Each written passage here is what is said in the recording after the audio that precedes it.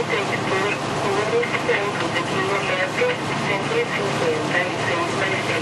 Sentido sul, sem defeito, total de lixo 312. Sentido sul, sem defeito, total de lixo 312. Velocidade 35 quilômetros por hora. Detector terminado.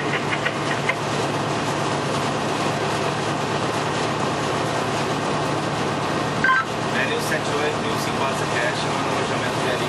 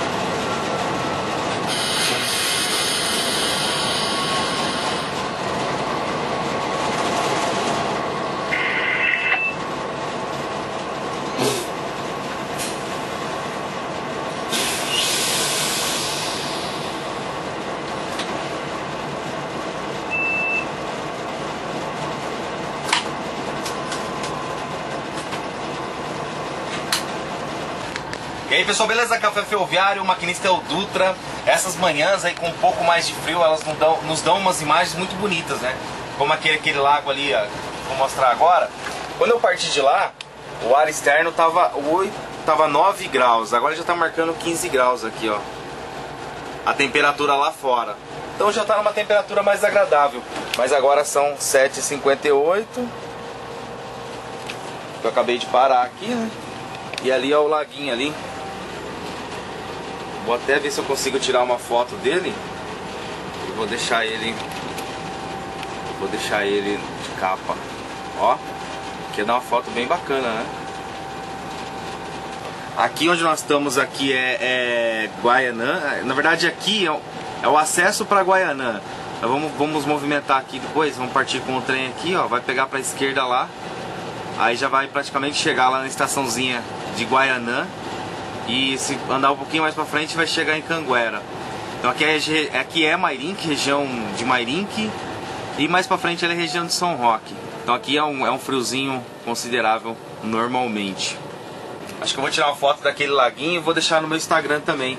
Aí vocês me sigam lá no Instagram lá que vai ter uma fotinha bacana aí desse laguinho aí. E no começo lá, nós passamos o Hot Box, que é uma gravação que fala se tem alguma avaria nos vagões ou não. Passou lá e constou alguma avaria, aquele sistema lá ele já canta pro maquinista aqui que tem alguma avaria na composição. Então bem no comecinho do vídeo aí tem uma moça falando lá e é esse Hot Box aí que tá falando aí, beleza? Valeu pessoal, Café Ferroviário, forte abraço. Outro dia ela explica melhor do Hot Box aí em Guaianã com o laguinho. É nóis.